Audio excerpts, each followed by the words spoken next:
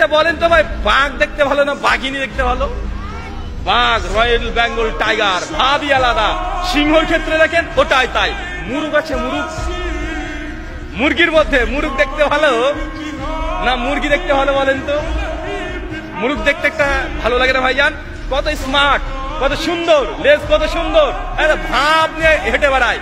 সবচাইতে যে পাখির মধ্যে সুন্দর পাখি তার নাম হচ্ছে ময়ূর। তো ভাই ময়ূর যে দেখুন তুলে নাচে, ওটা ছেলে নামে? ওটা ছেলে। আর ময়ূরিনী যেটা আছে ওকে দেখতেই মানুষ চায় না, ওকে দেখলেই গা ঘিন ঘিন করে।